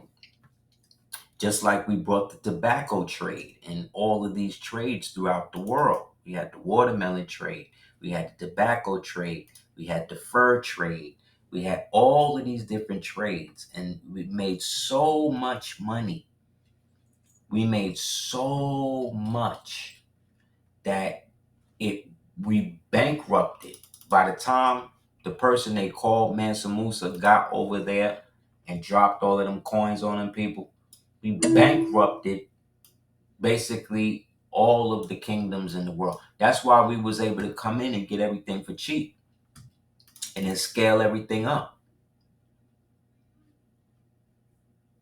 And thus, this is why so many wars were fought again against us towards that, because members of the family felt that they needed more, wasn't getting enough, or whatever the issue was. They decided that that's what it was going to be, so they made that happen. The problem was it upset the world trade, and so we reorganized the empire under a military, more militaristic point of view. That's when people like Al-Mansur and them come in. And then he just come in and just shut everything Spanish all the way down. Everything Portuguese all the way down. So much so that they lost so much that they started creating new people.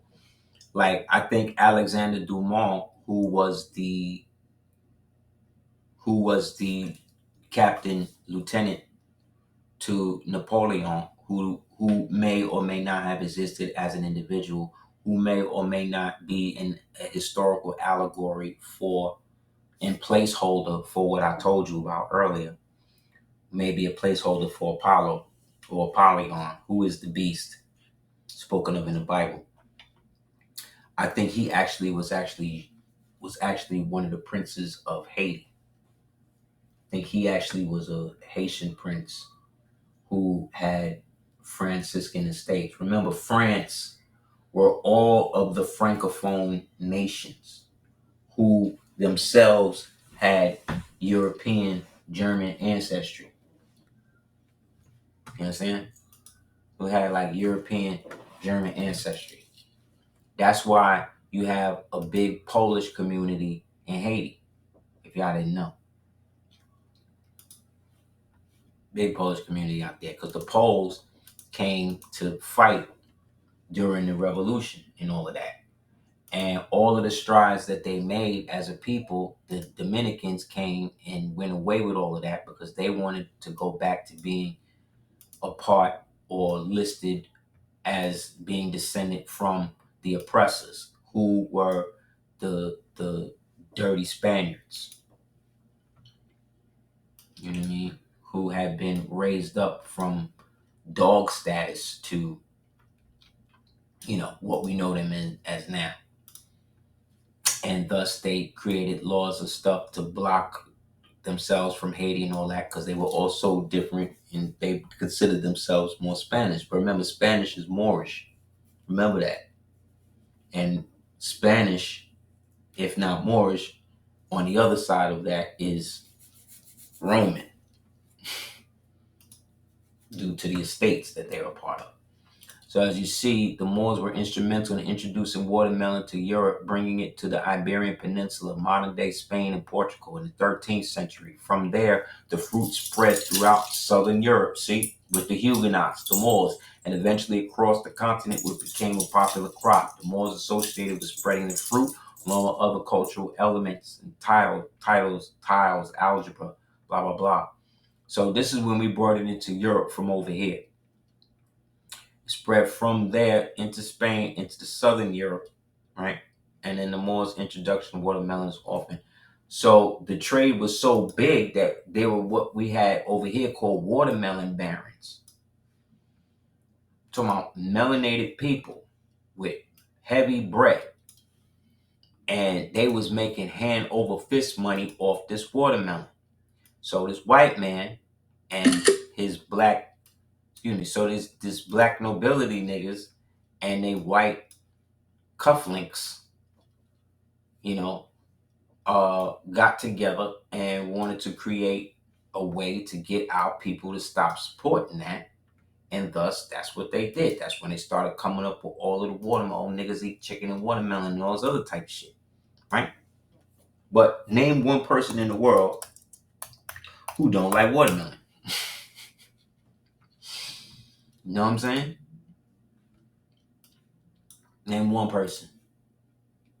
Or name somebody who tasted a watermelon and was like, nah, this is whack.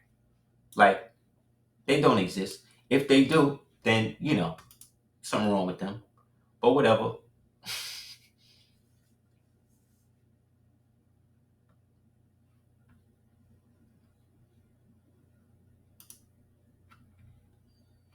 But yeah, man, they have all of that.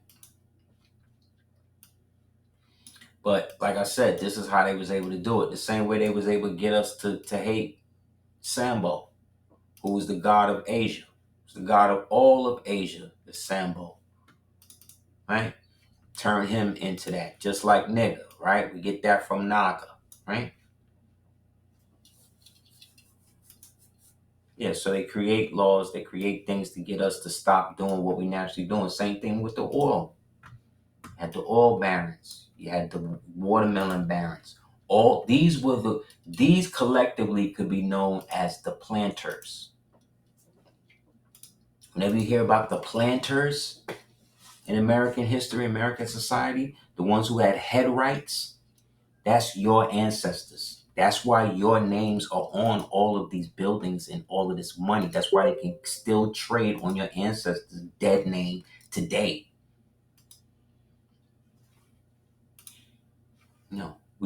Our ancestors made billions, or we had so much watermelon we didn't know what to do with it. That whole economy switched up after, again, the fall and the reconstruction. And now we got the sharecropper thing. But remember, go back and look at some of these old movies with these people, and you will see that all of the black people always seem to have cars and shit. They was poor and everything, but they always had land. They always had their own cars. They had their own money. They had their own communities, their own juke joints in which the white people would have to come in and invade or catch one of them, slipping somewhere in the woods and then hang them to give everybody else to understand it. Because we were the ones with the money. If we were to take our spending power from the United States today, it would be over tomorrow. As blind, crippled, and crazy as we all are, it would be over for them tomorrow. You understand? We don't get it. We are the creditors. We are the republic. We are the more. We are the people who are rightfully supposed to be electing and making all this happen. So anybody who is in a government position is a slave to you. Do you understand that? This is how your ancestors did it. Do you understand your ancestors? These things was like, you know what? They want to what? They want to raise the price of a stamp from 1 cent to 2 cents. We going to war. This is your ancestors. Stop thinking it's white people. Stop that, yo. This is your ancestors. How many niggas you know? How many times you ever borrow $5 from somebody? Every time you see that person, he want that $5. How many times? So you mean to tell me we had our own country and we ain't do that to them? No. We was not having it. When Barclay came and he didn't have the tribute, he had to go to jail. He had to sit in there until Washington, whoever, sent the ransom. That's how we did it. Treaties was not written by equals. That's another thing y'all need to understand when it comes to law and international understanding. We was not equals with these people. None of the European nations was equal to us because they was all paying us to stop robbing them and extorting them and enslaving them. Is that a right thing to do? No, but at the time it was. Why? Because they were the ones that were working to set up the system that we're dealing with now. The so-called black European nobility. Them niggas, the Venetian niggas, and they little Chabad Jewish contingent that they have been teaching in secret dungeons in places like Salamanca and Minsk and Stad and these places that you never even hear about. This is where these people was germinated and made by people that look like me and you, and then put out there on a stroll to get money for them. You understand? Look, Mauritanian families descended from the Andalusian Musulmans, Moors, and we still find the names of Perez, Santiago, Valenciano, Aragon, and names have sometimes led to European authors in error. See? Because they be lying, flipping it, and made them fancy. They saw as apostates from Christianity amongst the descendants of the martyrs of Islamism. He didn't say Islam, he said Islamism, right? The robbers whose trade it was to carry men away and sell them as slaves needed no legal compulsion to change the names of their slaves. The precaution which they naturally took in this matter baffled the researchers to disconsolate parents who could only endeavor to recover their lost children by a description which was always imperfect and always uncertain.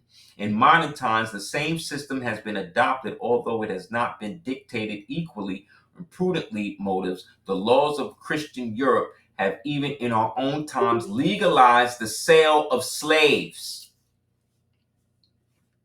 And soon as a Negro had landed in the colonies, it was usual for his purchaser to give him a new name. See that? Remember, the Negroes at this time is white people. So says George R. Tinzar from Forgotten Cause of the Civil War.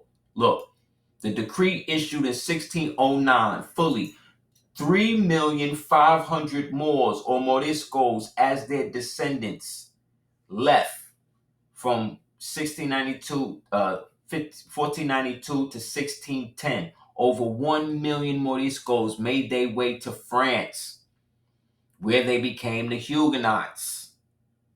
There's a movie out right now with Michael Shannon, and it's about President Garfield coming into office. Y'all should all watch that, because Garfield came right after Lincoln. He was just as dark as Lincoln's running mate, who was Hannibal Hamlin, who was darker than me. Garfield was melanated too.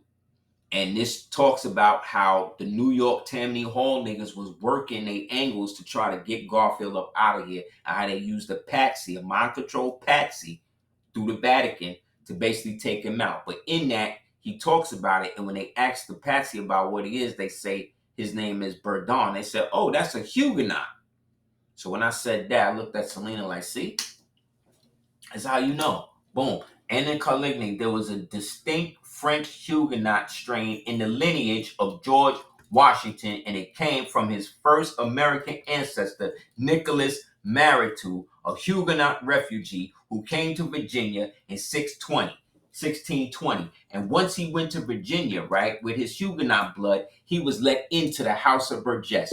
That means soon as he got off the boat, he went right over to the Moorish Chamber House, gave his credentials, let him know he's part of empire. He had a job in one of the highest elements of the government, elected pro se by the people. Then he had a baby with an American woman on a Cameron plantation that he owned, and then they had that son, and then that son was Washington. Islam. So all these names: Moon, Powell, Kidd, Pumphrey, Addox, Beverly. Look, Cash, Clark, Coleman, Duff, Floyd, Heartless, Hicks, Mason, Mays, like Willie Mays, Painter, Pulse. See, all of these Moors, all these surnames are Moors, relabeled as Indian, who on the rolls is also listed as white. who then got redesignated as black. So we the only ones out here on our own in the right timeline. You know what I'm saying? Breaking the fourth wall because we're not under the jurisdiction, because there is no jurisdiction, because they can't exist, because they have ceased to exist from the time of the insurgency. So everything, so listen to what I'm saying. Everything that has happened to, in, around, through, under, above this country since 1492, since, 1781, because I think 1781 and 1871 is conflated. They're the same. They got together and established the fictitious timeline and then fought to preserve it and keep it going.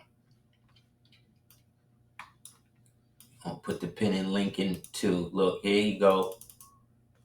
When he was a young cat. Here's one of the pictures of him allegedly as a younger cat. It's from the Tex Mars book. Yeah, Hamilton was a Moor, Jefferson was a Moor, Jackson was more Moorish in terms of bloodline and all that, Moorish, more Irish. Jackson was a damn slave up until the day he became president. The slave catchers was on to Jackson up until the day he became president, bro. They was trying to lock him up.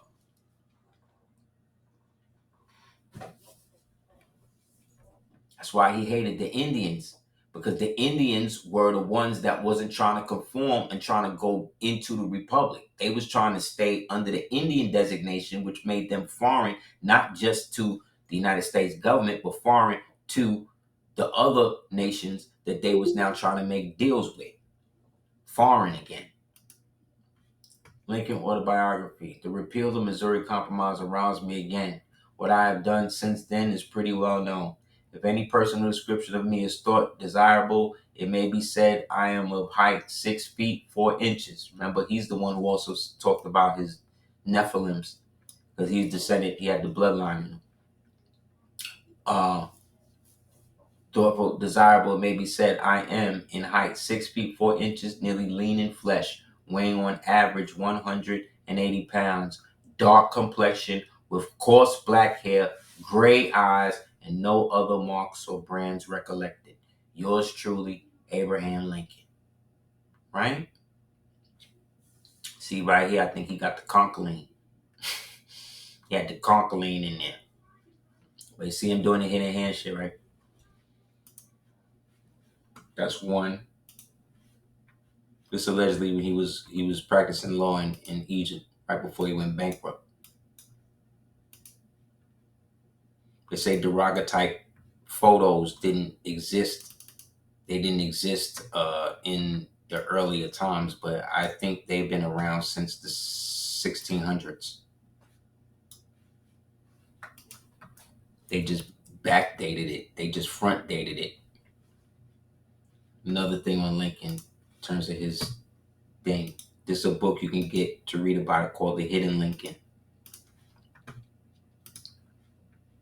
That his mother was illegitimate. He told me that his mother was an illegitimate child of what? A Virginian planter. I just told you that the Virginian planters were Huguenot Moors who moved from the southern France after the problems and the Reconquista that was happening when they was in Spain. So this again is showing the Moorish bloodline, which explains why he defended the Moor in court. So boom, illegitimate child of a Virginia planter or a large farmer. However, the record tells its own story and speaks for itself, and had not the record spoken out, it'd be more probable that I should have kept it a secret forever, though I had not forbidden to reveal the fact after Lincoln's death. I never uttered to this mortal man directly till after his death, and now again the father of Nancy Hanks, the mother of the President of the United States, will some gentleman and some lady tell me. The father of Nancy Hanks is no other than a Virginian planter, a large farmer in the highest and best blood of Virginia, the Moors, right? Huguenot, a Virginia planter. right? And it's just there that Nancy got her good, rich blood tinged with genius. Read the speech that Lincoln gave about the giants that once roamed the lands of America. He told about his ancestors. Nancy Hanks Lincoln was a woman of very fine cast mind. Boom, boom. Lincoln often thought of committing suicide. Why did the knowledge of his mother's origin or his own press the thought of suicide upon him? Boom, boom.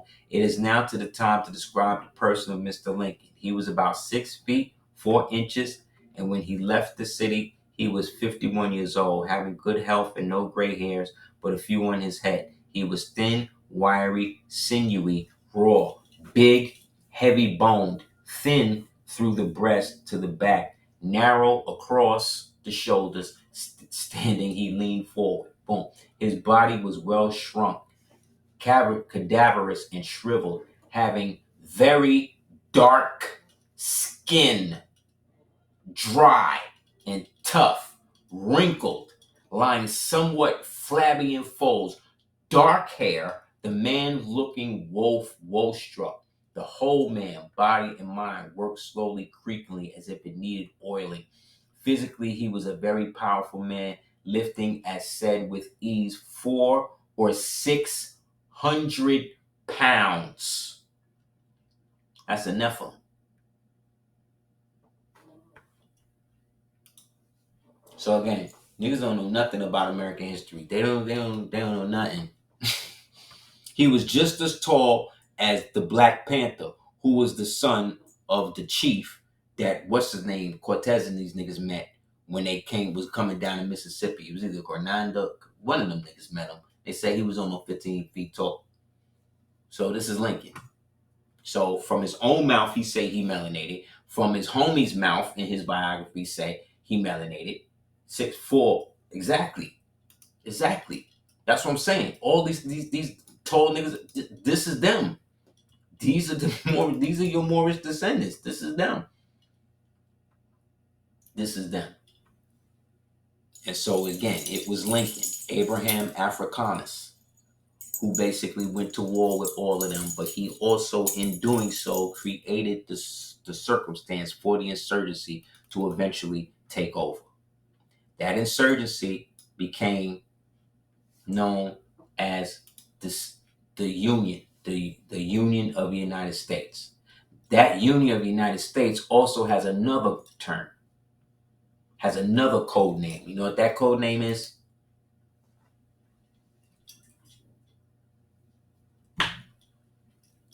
Y'all ready? Y'all ready? Six Flags. Because the Six Flags was the great adventure. You get it? The Six Flags was the great adventure.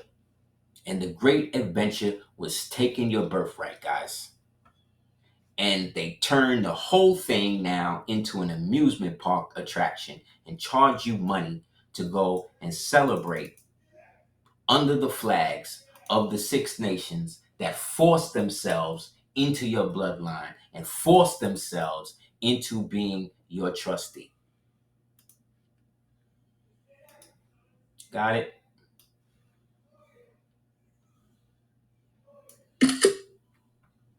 This is from the Bureau. It's an excerpt from the Bureau of American Ethnology. Believe it's page 154, 152, something like that. Yeah, y'all. This is what it is.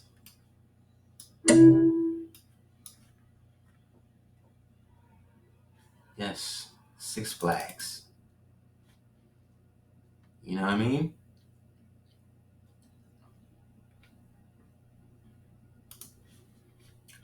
One second. Let me pull this up here.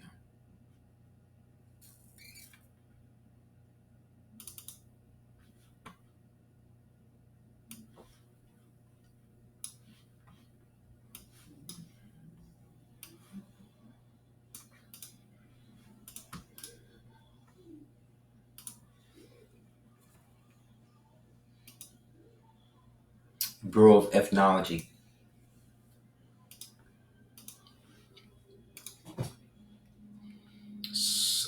Sunday, October 10th, the governor entered the village of Tuscaloosa, right? It's out here. Tuscaloosa, which was called Afahachi, right? The she or the chi is the same as the ji, like the XI, that's the chi. So that's the Chichimaga, right? The Chickamasa, all of them, right? Same people. And all of them people is Yamasi, and them Yamasis is Mayans, all right? And those Mayans is uh, indigenous Americans and the original people. The chief was on a kind of balcony on a mound, and at one side of the square, his head was covered by a kind of coif, like the almazal, right?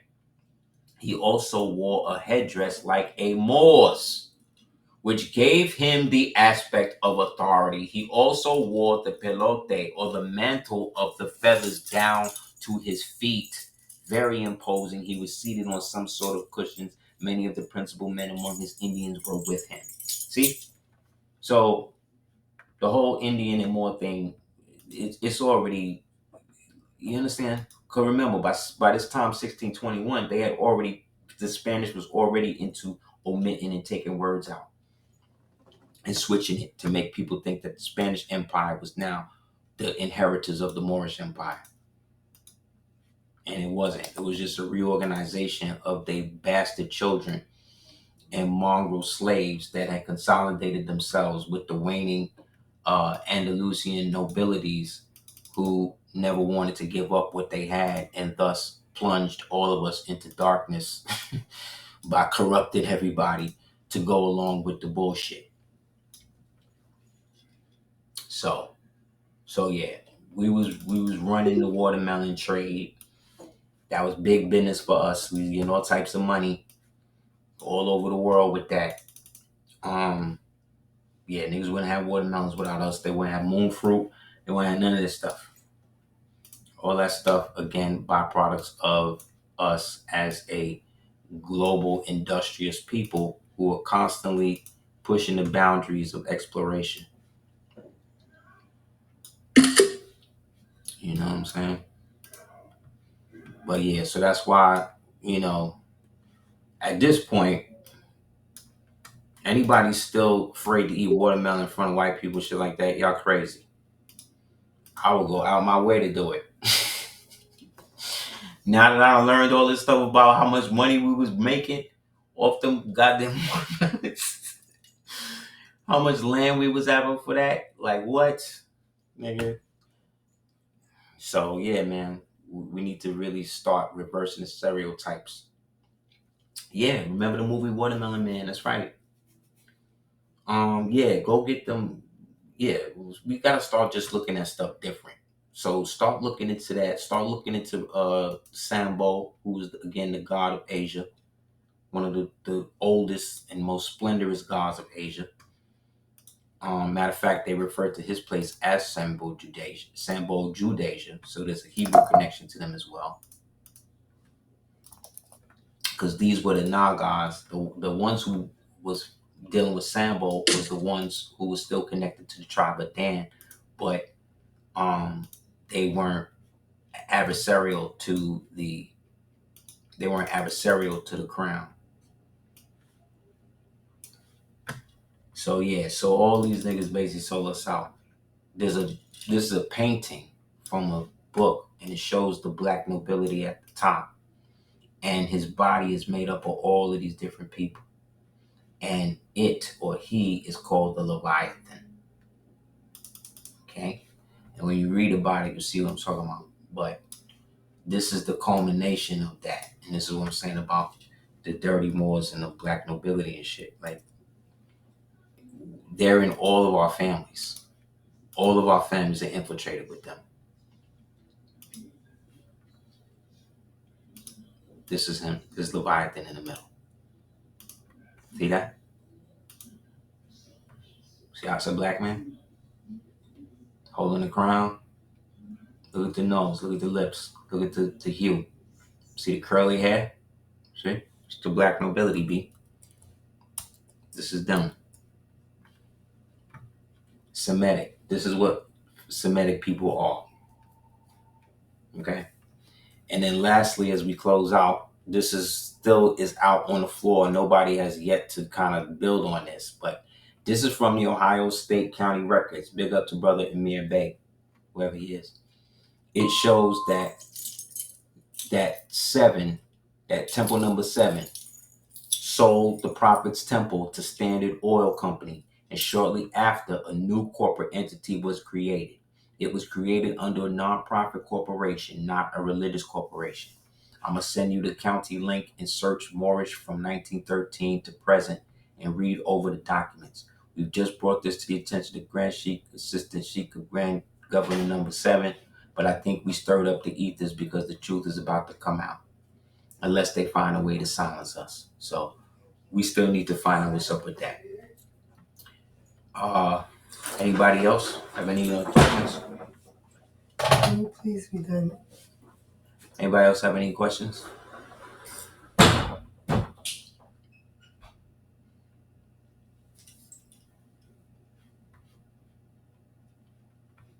So that's still out there. Ain't nobody, I don't know. I'm still looking into it too, and it just seemed like that schism was definitely something that was initiated by some of the people who may still be infesting the movement today, keeping shit as divisive and as messed up as possible. So it's on us to figure it out, you know. Anybody else have any other questions before we close out?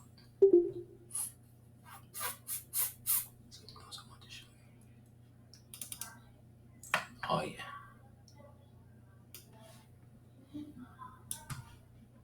Yeah, all of this Afrocentric shit, all that shit was there to distract from us from what it is. Just like most of the magic talk and all the stuff that we talk about, us trying to get right with knowledge, and we need to go back to Africa, and it's all a scam. Everybody has been working to keep us from our birthright, and unfortunately, at this point, it's worked. But what we have on our side is the fact that all of this is illegal now, and we have the remedy.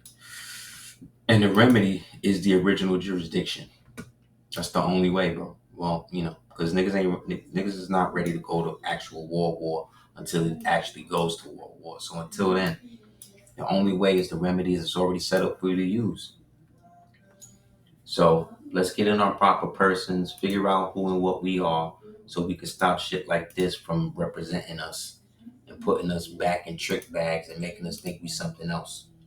Also, that way, some niggas we don't know behind the scenes can laugh at us and shit and still feel like they better. You know what I mean? So, trying to think of anything else. Anybody else have any other questions before we close out? These are the real Palestinians.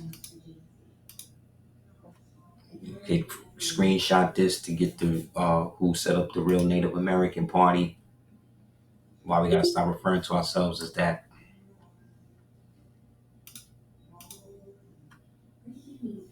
Anybody else?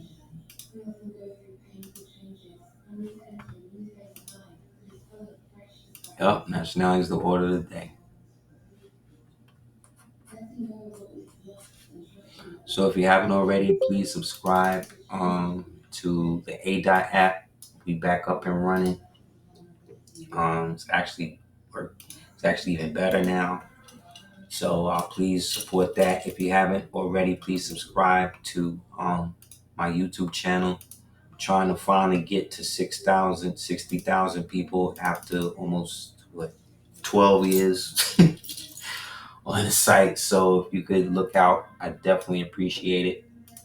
Also, you can check out www.aseertheducateers.com for more of the content that we're doing. Also, if you haven't checked it out already, please go to CordobaOrganics.com. Definitely support 100% Moorish American owned business ran by a woman without DEI. So, you know what I mean? Anybody wants to hit me up about process wise, what you need to do, or, discuss what the pros and cons or whatever might be, you could do so. Just hit me up at houseofl@hotmail.com. Anybody that wants to donate, you could do so via Cash App to the money sign capital DS418.com or money sign capital DV880. You can do so there as well. If you want to do it through PayPal, just do morally correct mediums. That's MOORALLYCORRECT mediums, MEDIUMS. I really appreciate you guys' support and always coming through. Okay, I'll definitely check it out and I'll get back to you, as soon as I can, inshallah. And again, anybody have any other questions about anything we talked about, you can definitely hit me up. Please spread the word, please subscribe, and stay tuned, man. We got some more stuff coming through. I got some art and stuff to show you guys, and I'm just gonna strive to do more. So, long live the empire. Honest to all of the Moors, phone, all of the Moors that's rising, and all of us striving to do what's right. Peace.